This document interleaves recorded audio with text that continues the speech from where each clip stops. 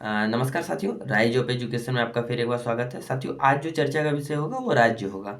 और राज्य के संबंध में मैं बता देना चाहता हूँ कि राज्य का वो संबंध नहीं जो कि हम लोग भारत के अंदर के राज्य झारखंड, बिहार, उड़ीसा, छत्तीसगढ़ इसके बारे में बात करते हैं। राज्य हम अपने देश के बारे में बात करते हैं, जो जो देश है जिसके पास संप्रभुता है उसके बाद बात करेंगे। तो आखिर राज्य की उत्पत्ति कैसे होती है? तो राज्य की उत्पत्ति में बहुत से विचारक ने बहुत से विचार दिए हैं, जिसमें से अगर हम लोग पाश्चात्य विचार को देखते हैं तो प्रमुख विचारक हम लोग के सामने आते हैं।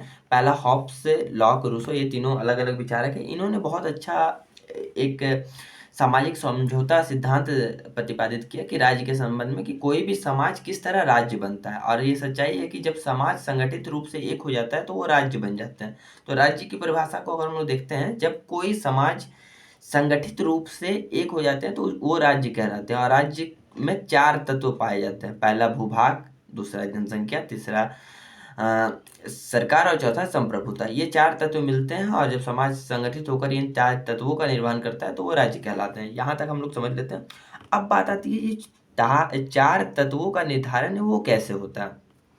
तो प्राचीन काल से ही बहुत से ग्रंथों में, या फिर हम लोग बोल सकते हैं बहुत से विचारक अपने पुस्तकों में ये डिफाइन करने की कोशिश कर रहे हैं कि राज्य के ये 4 कौन कौन से तत्व होने चाहिए। लेकिन सभी में मतभेद चलता आ रहा। लेकिन लास्ट में हम लोग जब देखते हैं यहाँ आधुनिक काल में 1933 में अमेरिका में के एक राज्य उरुग्वे जगह में एक कन्वेंशन, मतलब एक आयोजन किया गया मीटिंग का, जिसको हम लोग मॉन्टेविडियो कन्वेंशन के नाम से जानते हैं। वहाँ एक आयोजन हुआ जिसमें से तमाम कई देशों के राष्ट्रपति आते हैं और वो एक कॉन्ट्रैक्ट पर साइन करते हैं कि उसमें राज्य की अवधारणा क्या होती है और राज्य के क्या क्या तत्व होते हैं।